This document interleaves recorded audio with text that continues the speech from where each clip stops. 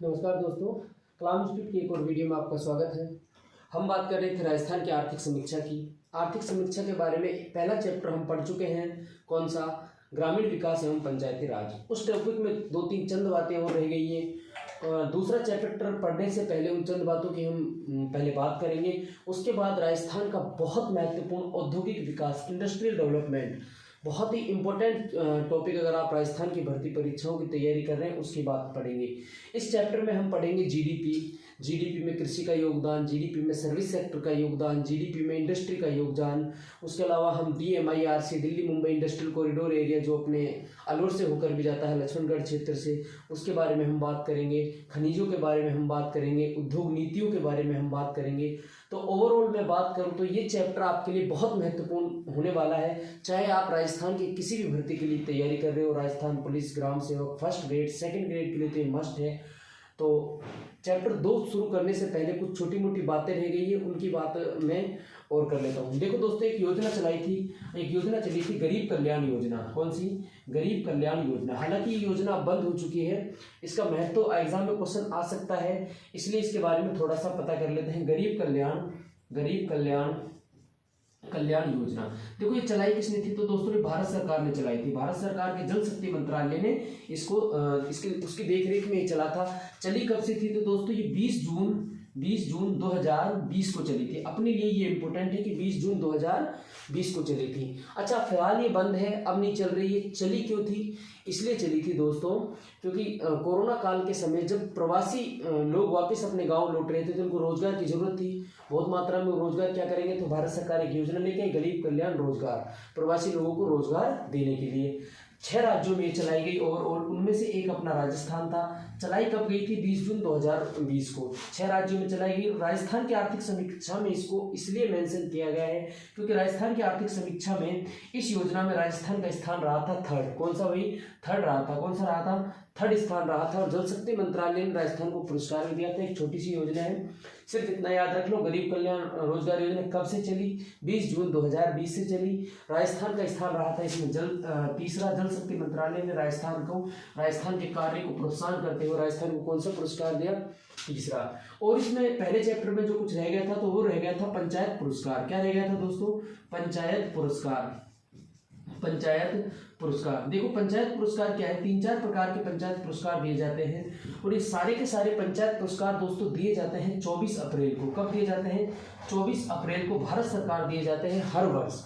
24 अप्रैल को ही क्यों? तो दोस्तों 24 अप्रैल को मनाया जाता है क्या? 24 अप्रैल को मनाया जाता है राष्ट्रीय पंचायत दिवस। क्या मनाया जाता है?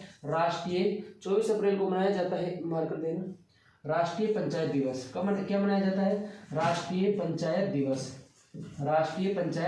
दिवस मनाया जाता है। इस दिन 3-4 प्रकार के पूरे भारत सरकार द्वारा पुरस्कार दिए जाते हैं। तो वो पुरस्कार कौन कौन से हैं उनके बारे में हम बात कर लेते हैं। 3-4 पुरस्कार हैं। तो राजस्थान में कुछ पुरस्कार तो कुछ एक तो ऐसे हैं जो पंचायत समितियों में जाते हैं, कुछ एक जिला परिषदों में और कुछ एक ग्राम पंचायतों में। तो पंचायत पुरस्कार दिए कब जाते हैं? पहली चीज ये याद रखनी है, कब दिए जाते हैं? 24 अप्रैल को। दूसरी बात ये याद रखनी है कि 24 अप्रैल को मनाया जाता है राष्ट्रीय पंचायत दिवस। देखो दोस्तों, पहला पुरस्कार है दीनदयाल उपाध्याय पंचायत सशक्तिकरण पुरस्कार। पहला कौन सा है? दीनदयाल उपाध्याय पंचायत सशक्तिकरण पुरस्कार। दीनदयाल उपाध्याय पंचायत सशक्तिकरण पुरस्कार। सिर्फ इतना याद रख लेना, दीनदयाल नाम से कोई पुरस्कार दिया जाता है पंचायत क्षेत्रों में। दिया कहाँ जाता है? प्रत्येक राज्य की एक तो दिया जाता है जिला परिषद को। किसको दिया जाता है दोस्तों? जिला परिषद को दिया जाता है। पंचायत समितियों को दिया जाता है। पंचायत समितियों के अलावा ग्राम पंचायतों को दिया जाता है। ग्राम पंचायतों को दिया जाता है। तो ध्यान देना, थोड़ा सा गौर से सुनना है इसको। दीनदयाल उपाध्याय नाम से कोई पुरस्कार है, पंचायत क्षेत्र में ध्यान रखना है। राष्ट्रीय पंचायत 24 अप्रैल राष्ट्रीय पंचायत दिवस के दिन दिया जाता है। तो प्रत्येक राज्य की एक तो जिला परिषद को दिया जाता है, 2 पंचायत समितियों को दिया जाता है, 5 ग्राम पंचायतों को दिया जाता है हर राज्य की। और इसमें राशि दी जाती है दोस्तों 5 लाख। कितनी राशि दी जाती है? 5 लाख दी जाती है। तो हमें हर राज्य का तो पढ़ना नहीं है, हम पढ़ रहे हैं राजस्थान की आर्थिक समीक्षा।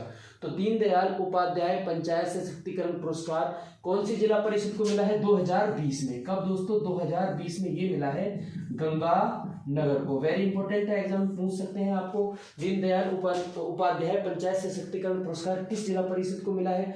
तो मिला है गंगानगर को। पंचायत समितियों को 2 को मिला है। एक तो पंचायत समिति है दोस्तों मंडोर पंचायत समिति है जोधपुर में, और एक है लाडपुरा पंचायत समिति। कौन सा? लाडपुरा पंचायत समिति। और लाडपुरा पंचायत समिति है मित्रों कोटा में। कहाँ है? कोटा में। पहले पुरस्कार की बात की, ओवरऑल बात की, तो पंचायत पुरस्कार दिए जाते हैं 24 अप्रैल को। उनमें से पहला पंचायत पुरस्कार है दीनदयाल उपाध्याय पंचायत सशक्तिकरण पुरस्कार। हर राज्य की एक जिला परिषद को दिया जाता है। राजस्थान की कौन सी 2020 में किस जिला परिषद को मिला है? गंगानगर को मिला है। हर राज्य की 2 पंचायत समितियों को दिया जाता है। राजस्थान की मंडोर और लाडपुरा को मिला है। ग्राम पंचायत याद मत रखो, 5 ग्राम पंचायत रखने की जरूरत नहीं है। टोटल राशि 5 लाख दी जाती है। अगला जो पुरस्कार है दोस्तों वो है नानाजी देशमुख राष्ट्रीय गौरव ग्राम सभा। कौन सा है? नानाजी देशमुख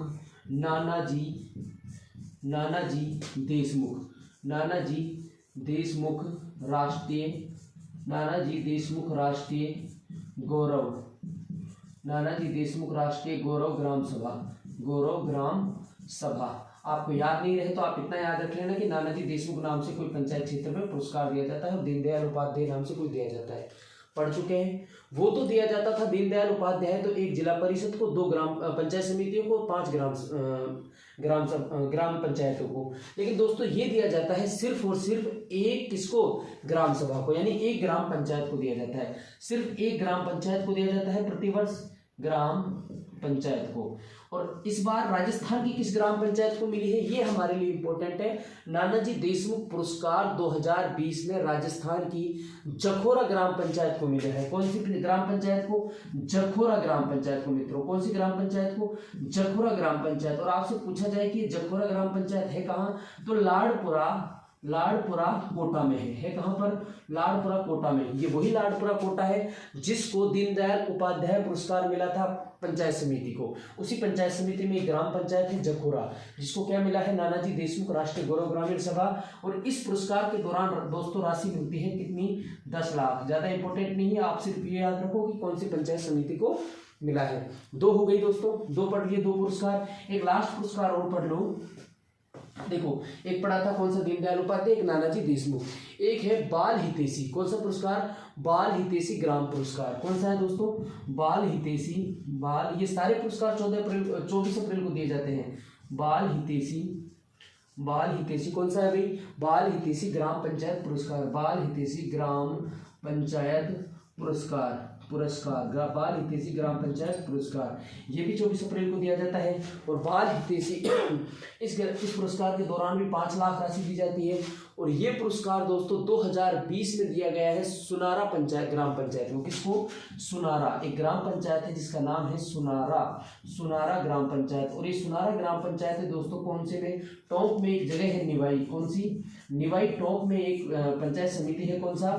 टोंक ग्राम पंचायत है जिसको क्या नाम है? सुनारा ग्राम पंचायत। सुनारा ग्राम पंचायत निवाई टोंक को कौन सा मिला है? बाल हितैषी। मैं बात करूं नानाजी देशमुख किसको मिला है? नानाजी देशमुख मिला है जखोरा ग्राम पंचायत को। किस पंचायत को? जखोरा ग्राम पंचायत को। मैं बात करूं दीनदयाल उपाध्याय, एक तो जिला परिषद को मिला है गंगानगर और 2 पंचायत समितियों को मिला है। और 2 पंचायत समिति कौन कौन सी हैं? 2 पंचायत समिति है लाडपुरा और कौन से भाई? मंडोर। और इस पहले चैप्टर में हमारा कुछ अभी ये पहले चैप्टर की कुछ बातें रह गई थी, उनके बारे में मैं बात कर रहा हूँ। और कौन सी रह गई थी? एक इंपॉर्टेंट लगा लेना दोस्तों, एक अंबेडकर भवन योजना है। कौन सी है?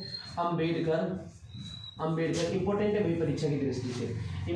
अंबेडकर भवन योजना ये इंपॉर्टेंट इसलिए है मित्रों क्योंकि इस योजना का उल्लेख किया था। ये योजना आई थी बजट 2018, बजट 2019-20 में आई थी। कब आई थी? बजट 2019-20 में राजस्थान सरकार ने घोषणा की। और राजस्थान सरकार ने घोषणा की कि हम क्या कर रहे हैं? हम अंबेडकर भवन बनाएंगे। कहाँ बनाएंगे? हर ग्राम पंचायत समिति पर एक भवन बनाएंगे जिसका नाम होगा अंबेडकर भवन। और इसके लिए हम पंचायत समिति को पैसे देंगे, राज्य सरकार पैसे देगी दोस्तों 55 लाख, कितने रुपए देगी? 55 लाख रुपए देगी। और प्रारंभ में कितने भवन बनाए जा रहे हैं? 146 भवन बनाए जा रहे हैं। तो आपको ये याद रखना है, बजट में एक योजना आई अंबेडकर भवन योजना। अंबेडकर के नाम पर क्या बनाई जाएंगी? ग्राम पंचायत पर। कहाँ पर? ग्राम पंचायत समिति पर। किस पर? हर पंचायत समिति पर एक भवन बनाया जाएगा। प्रारंभ में कितने भवन बनाए जा रहे हैं? 146 बनाए जा रहे हैं। कितने पैसे देगी राज्य सरकार? तो 55 लाख रुपए देगी। और चंद बातें रह गई हैं दोस्तों, तो उनकी बात और कर लेते हैं। देखो, एक वन लाइनर क्वेश्चन बन जाते हैं सीधे सीधे। मैं आपसे बात करूं कि दोस्तों कई बार वन लाइनर क्वेश्चन भी आ जाते हैं कि बताओ राजस्थान में कितनी जिला परिषद हैं। तो आप ये सीधा सीधा याद रखो दोस्तों, राजस्थान में जिला परिषद हैं कितनी? 33 तो जिला परिषद हैं। आपसे पूछ सकता है कि राजस्थान में ग्राम पंचायत समितियां कितनी हैं? तो 352 ग्राम पंचायत समितियां हैं। आपसे पूछ सकता है कि राजस्थान में ग्राम पंचायतें कितनी हैं? तो याद रखो ग्राम पंचायतें हैं 11,341। आपसे पूछ सकता है कि राजस्थान में गाँव कितने हैं? तो गाँव आप जानते हो राजस्थान में कितने हैं दोस्तों? 43,264 गांव हैं। और दोस्तों आपसे पूछ सकता है जिले कितने हैं? तो जिले आप जानते हैं राजस्थान में 33 जिले हैं। फिर से रिवाइज करा रहा हूँ, वन लाइनर क्वेश्चन बन सकते हैं कि राजस्थान में कितनी जिला परिषद हैं? तो 33 है। राजस्थान में कितनी ग्राम पंचायत समितियां हैं? तो 352 है। राजस्थान में कितनी ग्राम पंचायतें हैं? 11,341 ग्राम पंचायतें हैं। और राजस्थान में कितने गांव हैं दोस्तों? तो 43,264 गांव हैं। ये वन लाइनर क्वेश्चन बन सकते हैं दोस्तों। इनके अलावा देखो और कुछ वन लाइनर क्वेश्चन बन सकते हैं, उनकी मैं आपसे क्या करता हूँ, चर्चा करता हूँ। क्या? देखो, आपसे पूछा जाए कि राज्य में गाँव में सड़कों की लंबाई कितनी है। अभी इसलिए बता रहा हूँ क्योंकि आर्थिक समीक्षा में मेंशन किया हुआ है। तो दोस्तों राज्य में गांव की सड़कों की लंबाई कौन सी? जो गांव में, अब इसमें स्टेट हाईवे और नेशनल हाईवे शामिल नहीं, सिर्फ गांव में गांव की सड़कों की लंबाई, गांव की सड़कों की लंबाई आपसे पूछ सकता है कि बताओ गांव में सड़कों की लंबाई कितनी है? राजस्थान के गांव में सड़कों की लंबाई कितनी है? तो दोस्तों ये लंबाई है 1,80,217 किलोमीटर। 1,80,217 किलोमीटर। आपसे पूछ सकता है कि बताओ, सरकार ने दिया हुआ है आर्थिक समीक्षा में कि भाई हमारे गाँव में इतनी लंबी सड़कें हैं। कितनी लंबी है? 1,80,217 किलोमीटर। गांव आप जानते हो 43,264 है। उसके बारे में एक और आंकड़ा दिया हुआ है, ये कह रहे हैं कि साहब इतनी तो सड़कें हैं और लगभग हमने राजस्थान के कितने गांवों को? 87% गांवों को 87% गांवों को जोड़ दिया है। किससे? सड़कों से जोड़ दिया है। किससे जोड़ दिया है? सड़कों से जोड़ दिया है। यानी जो ये 1,80,217 किलोमीटर है, ये कितने गांवों को जोड़ती है? राजस्थान के 87%। अब टोटल गांव कितने हैं? 43,264 है। उसके 87% गांवों को क्या कर दिया है? इन्होंने सड़कों से जोड़ दिया है। अगला आंकड़ा दिया हुआ है दोस्तों, अगले आर्थिक समीक्षा में मेंशन किया हुआ है कि राज्य सरकार ने कहा कि हमने भाई इतने तो सड़कों से गाँव को जोड़ा। कितने? 87% गाँवों को। और इसके अलावा हमने 99.9% गाँव को किससे जोड़ा दोस्तों? किससे जोड़ा? बिजली से जोड़ा। किससे जोड़ा? यानी हम कितने गाँवों में बिजली दे रहे हैं? 99%, लगभग 100%। यानी लगभग इसका हम प्रतिशत निकालें तो इसमें गाँव का भी मेंशन किया हुआ है 43,199 गाँवों में क्या पहुंच रही है दोस्तों? बिजली पहुंच रही है। ओवरऑल में आपसे बात करूं तो वन लाइन क्वेश्चन में अगर आपसे पूछे कि कितने गाँव में सड़कों की लंबाई कितनी है, तो 1,80,217 किलोमीटर। कितने प्रतिशत गाँव को सड़कों से जोड़ दिया गया है? तो 87%। कितने प्रतिशत गाँव को बिजली से जोड़ दिया गया है? तो 99.9%। ये हुआ दोस्तों हमारा पहला टॉपिक कंप्लीट। कौन सा? ग्रामीण विकास एवं पंचायती राज। इस टॉपिक के बारे में आपको बता चुका हूँ, बेहद महत्वपूर्ण टॉपिक है, बेहद आपके लिए महत्वपूर्ण टॉपिक है। और इस टॉपिक में बहुत सारी चीज़ें ऐसी हैं जो लेटेस्ट करंट पे आंकड़े हैं। औद्योगिक विकास, इसमें हम जीडीपी पढ़ेंगे। तो पहले हम पढ़ते हैं, देखो क्या जीडीपी, क्या पढ़ते हैं? औद्योगिक विकास में जीडीपी की जरूरत होती है। औद्योगिक विकास में कितना औद्योगिक विकास हुआ और औद्योगिक विकास के आधार पर ही किसी राज्य की जीडीपी तय की जाती है। तो पहला हम पढ़ते हैं दोस्तों जीडीपी में योगदान। ध्यान दो, किसी भी राज्य की जीडीपी में मुख्यतः 3 चीजों का योगदान होता है। कौन कौन सी? एक तो होता है दोस्तों एग्रीकल्चर। कौन सी? एग्रीकल्चर यानी कृषि। किसमें? एग्रीकल्चर। एग्रीकल्चर क्या होता है दोस्तों? इसके अलावा होता है इंडस्ट्री का योगदान होता है। किसका योगदान होता है? इंडस्ट्री का योगदान होता है। उसके अलावा योगदान होता है दोस्तों सर्विस सेक्टर का। किसका? सर्विस सेक्टर का। अब देखो, अब आपको ये बताया, आपसे क्वेश्चन कैसे बनेगा। यहां से क्वेश्चन बनेगा कि 2020-21 में एग्रीकल्चर का जीडीपी में कितना योगदान रहा। क्वेश्चन बनेगा 2020-21 में इंडस्ट्री में जीडीपी में कितना योगदान रहा। क्वेश्चन बनेगा सर्विस सेक्टर का कितना योगदान रहा। तो हम बात करते हैं दोस्तों जीडीपी में योगदान किस किस का। एग्रीकल्चर। किस किस का? एग्रीकल्चर। तो मैं बात करता हूं जीडीपी में योगदान। जीडीपी में इंपॉर्टेंट है, जरूर क्वेश्चन आएगा, यहां से आना ही आना, ये फैक्ट है। जीडीपी में योगदान। तो जीडीपी में योगदान मुख्यतः हम 3 चीजों से निकालते हैं। पहला है दोस्तों क्या? एग्रीकल्चर। पहला है क्या? जीडीपी में योगदान। पहला पढ़ेंगे क्या? एग्रीकल्चर। क्या? एग्रीकल्चर में जीडीपी का कितना योगदान है। तो दोस्तों इसके आपसे 2 तरह के प्रश्न बन सकते हैं। 2 तरह से प्रश्न कैसे बन सकते हैं? एक तो आपसे पूछ सकता है कि बताओ स्थिर मूल्यों पर जीडीपी का योगदान 2020-21 में क्या रहा। स्थिर मूल्यों पर, स्थिर मूल्य यानी कांस्टेंट प्राइस पर, कांस्टेंट प्राइस पर। अभी कांस्टेंट प्राइस क्या होता है तो अभी बताते हैं, ध्यान दो।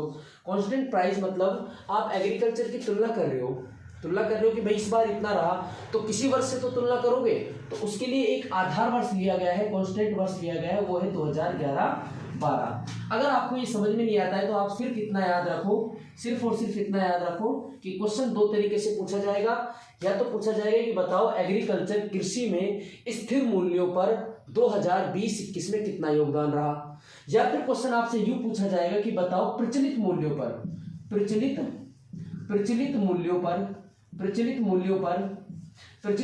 पर जीडीपी में कृषि का कितना योगदान रहा। प्रचलित यानी वर्तमान में चल रहे हैं। तो ओवरऑल मैं बात करूं, ये छोड़ो, आपको नहीं समझ में आता, आपके 2 तरीके से क्वेश्चन आएंगे। जीडीपी का कृषि में पहले बात करें कृषि की, तो 2 तरीके से योगदान होगा। एक तो होगा स्थिर मूल्यों पर। अगर स्थिर मूल्य पर आपसे पूछा जाए तो आपको क्या आंसर देना है, और प्रचलित मूल्य पर आपसे पूछा जाए तो क्या आंसर देना है। देखो दोस्तों 2020-21 में स्थिर मूल्यों पर स्थिर मूल्यों पर जो एग्रीकल्चर सेक्टर है, कौन सा सेक्टर? एग्रीकल्चर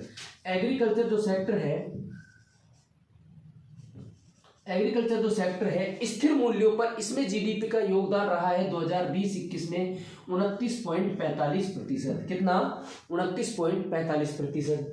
आगे मैं बात करूं, पहले स्थिर मूल्य की बात करते हैं, दोनों में से कोई सा भी क्वेश्चन आ सकता है। आगे मैं बात करूं इंडस्ट्री की। किसकी? इंडस्ट्री में कितना योगदान रहा है 2020-21 की जीडीपी में। तो स्थिर मूल्यों पर इंडस्ट्री का योगदान रहा है दोस्तों 28.15। कितना रहा है? 28.15। तीसरा में अगर आपसे बात करूं, थर्ड में आपसे बात करूं कि सर्विस सेक्टर का कितना योगदान रहा है। सर्विस सेक्टर का कितना योगदान रहा है, तो स्थिर मूल्यों पर 2020-21 में सर्विस सेक्टर का योगदान रहा है मेरे मित्रों 42.40%। तीनों आंकड़े बहुत इंपॉर्टेंट है। क्वेश्चन कैसे आएगा वो सुनो। क्वेश्चन आएगा बताओ कृषि यानी एग्रीकल्चर का जीडीपी में 2020-21 में कितना योगदान रहा, स्थिर मूल्यों पर कितना योगदान रहा। तो एग्रीकल्चर का तो स्थिर मूल्यों पर रहा 29.45%, इंडस्ट्री का रहा 28.15%, सर्विस का रहा 42.40%। किस पर? स्थिर मूल्यों पर। अगर आपको चीजें नहीं समझ में आ रही है तो आप इतना याद रखो कि एक तो क्वेश्चन स्थिर मूल्य से पूछा जाता है, एक प्रचलित मूल्य से। छोड़ो, स्थिर मूल्य पर पूछा जाए तो एग्रीकल्चर में 2020-21 में इतना, इंडस्ट्री में इतना, सर्विस सेक्टर में इतना। अब मैं बात करूं, अगर क्वेश्चन ऐसे आ जाए कि कृषि का प्रचलित मूल्यों पर जीडीपी में क्या योगदान रहा, तो दोस्तों कृषि का प्रचलित मूल्यों में जीडीपी में योगदान रहा 29.77%। कितना रहा? 29.77%। और इंडस्ट्री का योगदान रहा दोस्तों 24.80%। क्या रहा? 24.80%। और सर्विस सेक्टर का जो योगदान रहा दोस्तों वो रहा 45.43%। अब आपके पास 2 आंकड़े आगे। कितने आगे? 2। फिर समझा रहा हूं, जीडीपी में योगदान मुख्यतः 3 चीजों को होता है, एग्रीकल्चर, इंडस्ट्री, सर्विस। दो तरीके से पूछा जाता है। आपसे पूछा जाएगा एग्रीकल्चर कृषि का योगदान 2020-21 की जीडीपी में स्थिर मूल्य पर कितना रहा, तो आपको देना है ये। अगर क्वेश्चन पूछ ले कि 2020-21 की जीडीपी में एग्रीकल्चर का योगदान प्रचलित मूल्य पर क्या रहा, तो आपको आंसर देना है ये। अगर आपसे पूछ ले इंडस्ट्री का योगदान स्थिर मूल्य पर ये, प्रचलित मूल्य पर ये, सर्विस सेक्टर में ये, प्रचलित मूल्य पर ये। बहुत इंपॉर्टेंट है ये आंकड़ा, डेफिनेटली यहां से एक ना एक क्वेश्चन बनना ही बनना है।